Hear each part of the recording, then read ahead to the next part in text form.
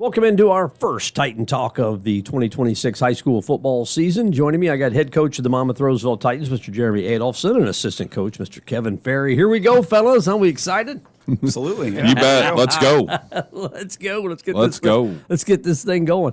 How'd the week go? First of all, how'd the week pre-week heading up to the week one? Good practices. I feel like for the most part, Monday was a little slow going, but we'd actually given them 2 days off to do that. But it didn't take very long. We kind of did a quick little powwow in the middle, and things picked up. And one thing I will say, like our attention to detail, communication, excitement, those types of things have been there not only this week, but really throughout the preseason and definitely in July. And that's something I know Coach Ferry, we talked about one day after practice. He's talking about like our communication is really, really good. We just got to make sure that it doesn't get quiet on Friday. And so, we addressed that a couple days ago as well. Just to, hey, it was a compliment that you guys are doing a great job and communicate. Just don't get quiet on Friday. Like this is how you practice. So this is how you gotta play. And there might be a time where you have to even pick it up a little bit because you got somebody who's maybe made a mistake or not feeling great about what they're doing, and maybe they get a little more quiet. But I cannot complain at all about our preparation and where we are at this point. Yeah, during this great run, and I'll recount our great run we're on right now with the football program, the leadership has just been incredible. Are you sensing that this year? Yeah, I think we've just been pretty dang lucky that we've had seniors that even when they were younger who were good players or solid players, you'd love to have them on the team. As a coach, you're evaluating all the time. So in April, I'm wondering I don't know if I'm going to play this kid. He cares where all I'm thinking about is the first game. In April, they're not. Right. But those same kids, once we get to July and we get to they're the ones asking questions really for the first time, wanting to clarify things, wanting to know more than they probably ever known before. And we're definitely seeing that with this group. And of course, part of it is there's a lot of them that haven't played much, so maybe just nerves. Hey, I want to make sure that this is the right thing here, and ask those questions. But it's a great thing, and that's really what I look for. True, what I would consider true athletic leadership is very, very rare as far as doing things the right way all the time, on time, doing it, saying it, leading from the front, all those things. That's really, really hard to do for anybody, honestly, and for a teenager especially. But what we look for is, when you're a senior, you want to play like it's important. You want to play like it's your last chance. You want to have more attention to detail, and that's something that has been very, very consistent for us. That kids that even if they were good players want to know more at the end, and if they were maybe struggling players before, they would just want to know more, and that makes you feel good because you can coach and draw up all the things you want. And I've had games before here. We went out there and had a great game plan. I still think it's great, but we never tried to do it. We just kind of went out there and just flew by the seat of our pants and just tried to play, backyard football and chase the ball, and it didn't work out very well. But the groups we've had, really, you go back to 18, really, we've only missed the playoffs once since then in 19, and that was just a very, scary to say, very, very small junior-senior group that year. Yeah. But we've had kids that, I think it's been important to them, and that was kind of a big switch over, I feel as we got in the conference and got a consistent schedule, it's been really good. Kevin, football it's such a hard sport. Practices are hard. Games are hard. It's such a hard sport. And I was talking about this with United coach Andrew Goodwin yesterday during our interview. There's a difference between guys that like to play football and guys that like to play football to win. Right. Yeah, this group, like Jeremy said, they're a lot of fun. They're locked in. They're pretty focused. It's a group where we kind of knew the seniors were going to be who they were, but I didn't expect this much leadership out of them right off the bat. It kind of usually takes a little bit to find out who's going to be the guy that is talking to everybody and motivating everybody, who's breaking out the huddles and all that, all that different stuff. But this group, I think in their mind, can we do it again? We lost a lot. Everybody knows that. We lost a lot. And these seniors don't want to be that group that doesn't continue what Jeremy's built here over the past decade and a half. And I see their attention to detail being amazing this year. It's a little bit different in my opinion. What a great run the program is on now, and we just, I hate to say a great run the program is on because the program is here now. I mean, it's here. It's not. We're not on a run. It's the program. It's the standard. And I hate to use the Tomlinism, but the standard is the standard. Whatever. 10-2 last year. Where's he working this year? Not on the Steelers sideline. Double-digit wins for the first time in consolidation history. 10-2. 5 straight playoff appearances for the first time in school history. Also, the second quarterfinal run last year. 6 playoff appearances in 8 years because of that stupid COVID year. Whatever. But I mean, the program's to the point now where the kids, like you said, especially the seniors, they don't want to be that group. I mean, it's now where we don't want to be the group that doesn't make the playoffs. 100%. Yeah, I think, and we have some kids that have some pride, especially some of our returning kids that they think they're part of the reason why we've been pretty good. And we talked about that with their seniors last year. I remember having a talk with like our 5 dudes that had started as sophomores after a practice. I think it was in the summer, and just said, I think you need to take this as a challenge because last year we were talking about everything that we lost, and we lost a ton. Mm-hmm. That year before, I said, so are you the guys that can just like fit in with good guys? Or are you the guys that can lead a team? And it's kind of the same thing this year. We just have fewer of those guys with the experience. But I think if you ask Landon Montroy or Lars Berggren, some of those guys, like I don't think they're thinking like, okay, cool, like. Now I'll just step up my game even further, and we're going to keep this thing rolling. And they got their buddies that they've always played with, and that was what was so strong about the last couple of groups specifically, is like there was such a tight bond amongst that senior class, and then it kind of, so welcoming of the younger kids. But I think they expect really great things, and I think like the most dangerous groups are the ones that you think like you kind of have lower expectations for, because they got a little bit of a chip on their shoulder. And obviously we want things to go well and we want to build some confidence, but those are the people that can get really scary. And I think that was maybe a little bit of last year. Like I said, I really didn't think there was a way to be better than we were last year, just based off what we had bringing back. And I thought it was going to be tough to be as good, and I just mean like the product on the field, not wins and losses necessarily. But really quickly we found out we were better because we were better, more games consistently, quarter to quarter. Than we were the year before, and you're looking out there like, how's this working? Because I remember the conversation, like we were in. I'm like, Jeremy, aren't we better than we were last year? He's like, yeah, that's crazy.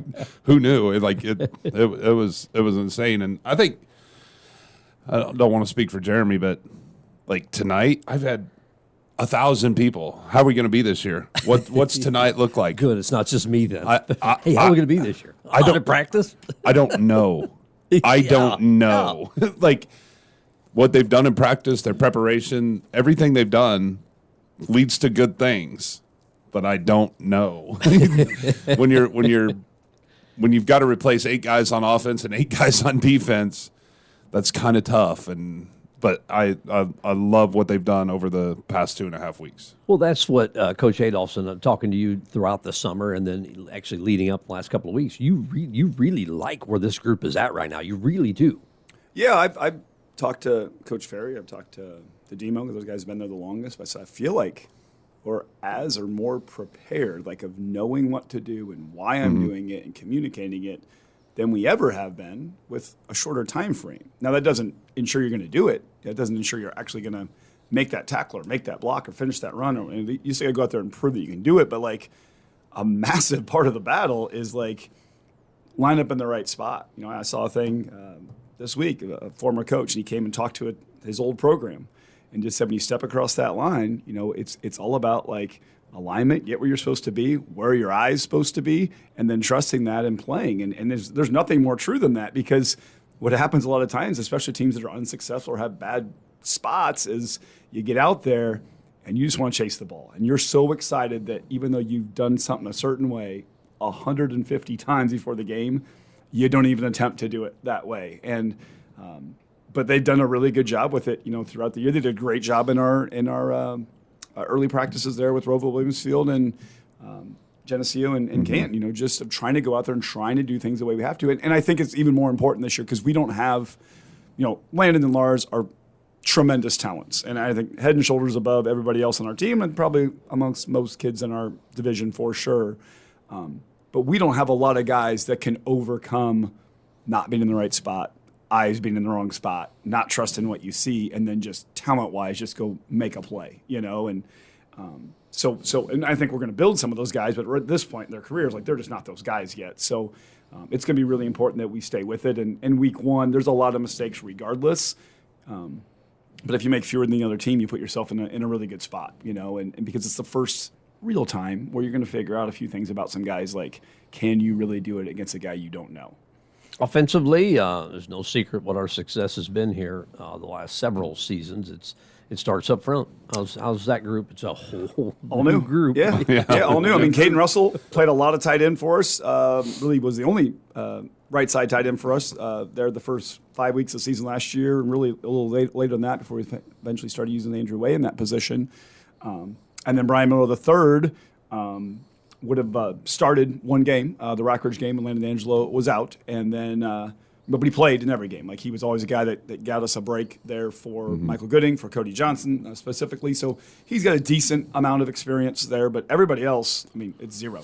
It was an all senior line last year as far as tackle to tackle. And but again, I've really liked what we've seen there. And we talked a long time ago. Like we only got 16 juniors and seniors. 14 of those guys are in a starting position tonight. 4 other sophomores are in a starting position. So we're low on numbers. We're thin, but we're starting 18 guys. Like we only got 3 dudes that we're really asking to play a lot of both ways, and the other 2 are splitting time on one side. So, we got Grady Jones at right guard. We got Cal Castile at center.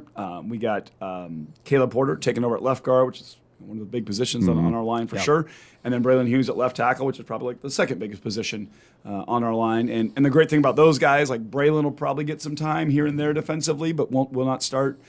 Cal will probably get a few reps in there defensively. But I don't know if the other guys will. If they do, it'll be a very, very small snap count there. So we think, over the course of time, if they stay healthy and stay together, they've got a lot of reps in there together. And then we got Parker Allen. He's a kid who's not starting tonight, but he'll play some, probably a little bit, maybe at right tackle if Brian Miller III plays a little more defense than we think.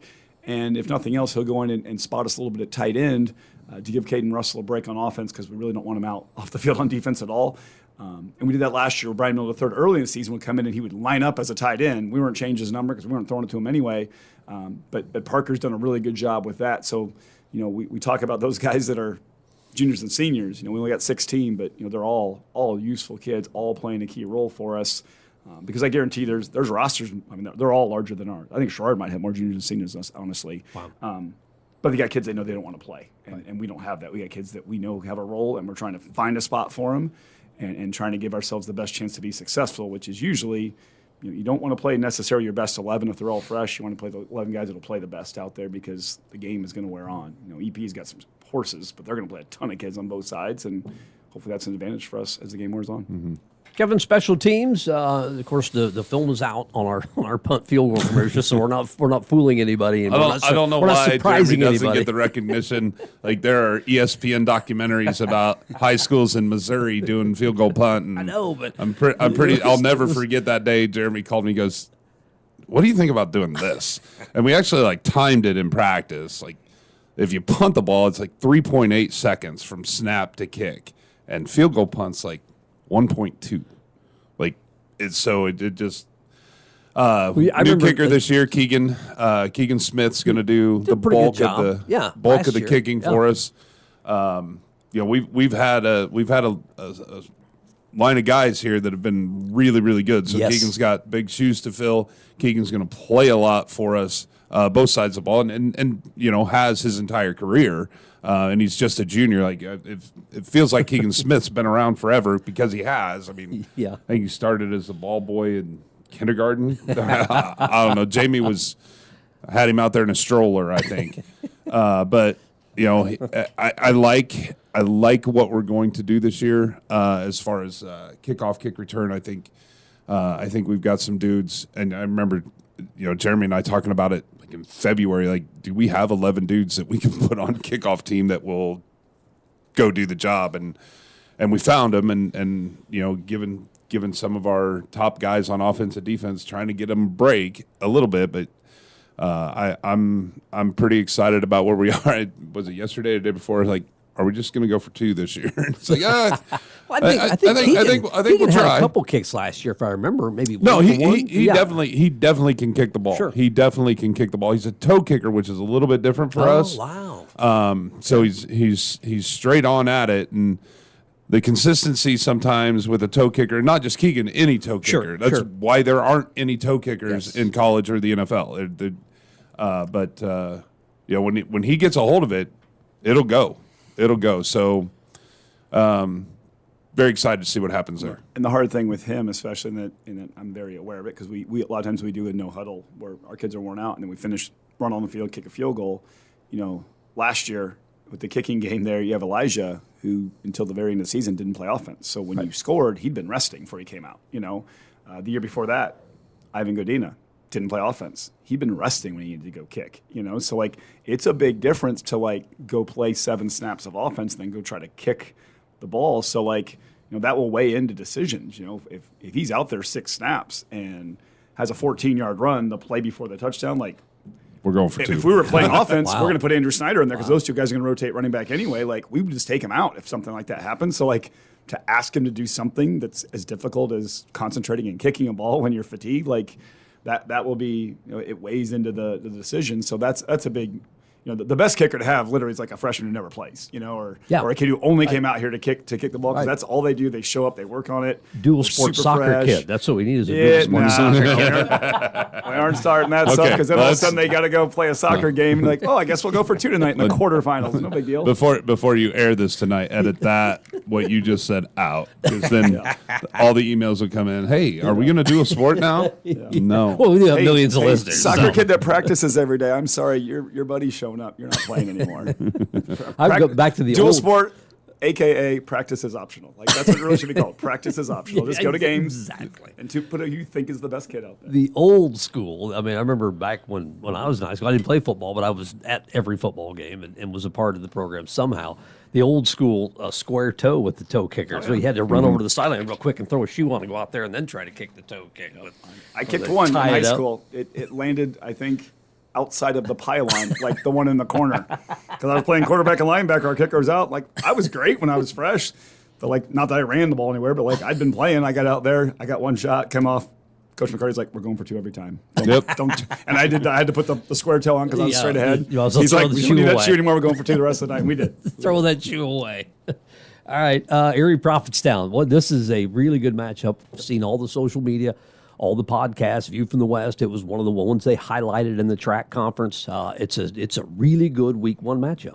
Yeah, they're good. And I was actually telling somebody yesterday, the further I get into this week, and obviously you get more, you start to respect the opponent even more the further you get into it. You get more scared of things that can hurt you. And, I'm starting to think I'm not so sure that, they don't have more talent returning than even Rock Ridge. We play week 2. Now, they don't have the top 2 dudes that Rock Ridge has are probably better than anybody EP has, but they've got 8 guys that are pretty good. Rock Ridge's other guys that were back last year, they got all those. So they return 4 to 5 linemen up front. They return all 3 defensive linemen up front. They got a running back with over 1,000 yards. I think is really good. He's literally 5'6", $180, $175. So just envision what that looks like as far as quads and shoulders, coming at you. He's a really good player. And then the kid that's moving to quarterback for them was a first-team all-conference outside linebacker, strong safety type kid for him a year ago, who played receiver and probably would have been one of their top receivers, just stuff that we had. He had some big catches there for him. And they have to replace a lot of skilled kids. But one thing Erie-Prophetstown, I feel has always had since we started playing them in 2017 is every year, if you just look in their defensive backfield, and the guys that line up at receiver, and they have a bunch of kids out, they're all over 6 foot, they're all long, and they all run well. And so they do a lot of things where they want to spread you out, but they're going to definitely try to run the ball with the quarterback and the running back and just try to out formation, move around, and do some things that are a little different than what we see. But the great thing for us is, we were literally putting things in for them starting July 9th. We spent 3 weeks in the summer, and we spent 30 minutes to get ready for Roosevelt Williamsfield the day before they showed up to make sure we lined up right. But they were even doing things similar in Geneseo and Canton the same way, and then you came right back. And that's just how we approach the first game. We want to put things in, but we put them in very slowly. Literally the last adjustment we put in Wednesday because it's something that they do it, but we don't know if they'll actually do it this week. And the kids have been so good taking that on. And then obviously you just got to remind them, start next week, you got to fast forward, And we try to segment as we put things in. And but yeah, they're scary. They're good. Big up front. The way I would explain their guys up front, the Reimer kid is Landon Angelo. If Landon Angelo is back, that's him. He's a massive, big, athlete, who is strong, who moves way better than you think he should move for how big he is, and good player. Then the NASCAR kid who's right beside him, he'll play the right guard, 51. He's kind of more like Cody Johnson. Like he's not as big, nowhere near as like big as like Brody was, but like, man, he probably plays with more energy and more quickness. And so, I think if Landon and Cody came back, they would go against those two dudes because they really just kind of look the body type and play very similar style. And then they said the other guys who played before, and the other guys, like, they weren't standout linemen, but this is their second year starting, and one of them like was a sophomore a year ago. So, when you're starting those new guys, that's the question mark. They got 4 guys that they trust, and with the shortened prep time, I would think they probably put things in pretty fast because they have so many pieces returning up front. Skill guys can kind of figure it out, with all their motions and formations. You're just dressing up the same play if your O-line knows what they're doing. So, they'll be a challenge, but for us, same thing. Like, we got to beat them up. Like, we got to be physical. We got to hit them. We got to want to hit them more than they want to hit us, and we got to want to do it longer than they do and be the most physical team on the field and see if they can stop us, because that was something a year ago. They looked great on defense, but teams that really ran the ball, they struggled with a little bit. And again, not saying we're going to run all over them, but the teams that gave them trouble last year ran the football. So even though they look like ties that wouldn't necessarily be able to have trouble with that, that's what they've had trouble with in the past. So hopefully our kids come off and do what they've done and be aggressive, and we're going to come out firing right off the bat. I've had questions about Keyshawn Crawford. What's Keyshawn's status? Still no practices yet, not cleared to practice, and so he would need 12 practices to get in. I would think it's pretty unlikely for him to play a significant role this year. I'd love to be wrong, but that's the way we've had to approach this thing. Again, he's just a sophomore, so popping in there, as there's some things that he could probably do off instinct. That's what he kind of did for us last year, but it's hard. Andrew Way being injured last year and missing time during the year when you're a senior and you've already started for 2 years and you can't wait to play. You're at everything. You know what's going on. It's a lot more difficult for someone younger than that. And again, if we get anything out of it, it's a bonus for sure. I hate it for him that he's missing out on this for sure.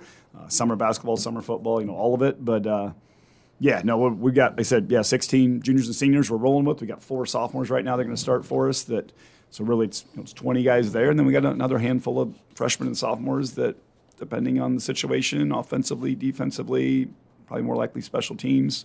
But it's one of those deals we have enough. We don't have a ton of guys, but we have enough. I'm not searching for somebody or trying to hide somebody. I feel good about the 11 guys that walk out there on defense. I feel good about the guys that walk out there on offense, and I feel like if we can stay healthy and keep as many one-way guys as we have. We got a bunch of really good one-way players. Mm-hmm. I don't know that we have a bunch of two-way players at this point, at least in the season, and we'll see as that develops. I kind of already know your thoughts on it, but the race for 5 has changed to a race for 3.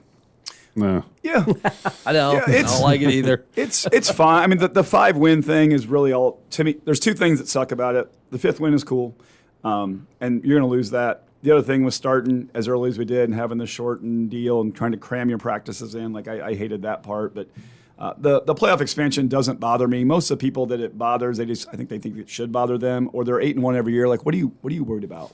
You're going to make it. Think about the 4 and 5 teams, the 3. Like I said, I've coached a bunch of them here. If you go down my record between 12 and 18, we had one year that was garbage. We were 1 and 8. We just weren't very good and didn't have a lot of guys. But every other year, we were 4 and 5, 3 and 6. I mean, Martell Hunter's senior year, we were 3 and 6. Wow. He missed 3.5 games. Yep. We were leading St. Joe Ogden when he went out of the game in the third quarter at their place. They got second in the state that year.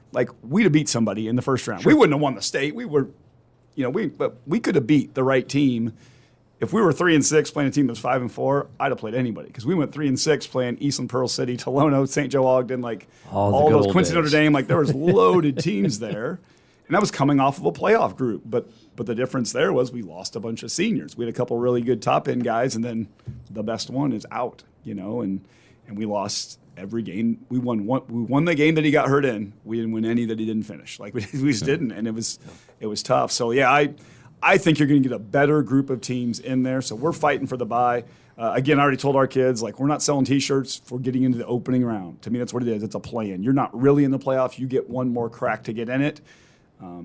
But if we win that one, or if we get a bye, you're already in the 32. Then we'll do the T-shirts. Then we'll celebrate that thing. But otherwise, to me, it's like a mulligan in golf, right? You're getting one more crack to get in this thing. You just missed it, but now you're going to play one of those guys who just made it. And And again, there are teams not super far from here, but teams I see in 3A all the time as well, that their schedule locks them into 6+ because their points are terrible, but they're going to make it because they get 6.